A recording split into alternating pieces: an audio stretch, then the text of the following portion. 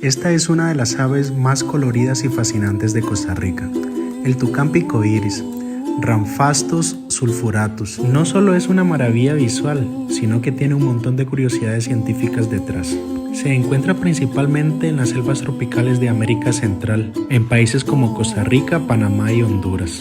El pico, grande y colorido, es una señal visual utilizada en la selección de pareja. Un pico más brillante y grande puede indicar una mejor salud o genes más fuertes. Su dieta es omnívora y se alimenta principalmente de frutas, insectos tales como saltamontes, hormigas y escarabajos. También pueden consumir pequeños vertebrados como lagartijas, serpientes y a veces huevos de otras aves. Son importantes en el ecosistema debido a la dispersión de semillas. Y cuéntame en los comentarios si sabes más datos sobre esta ave.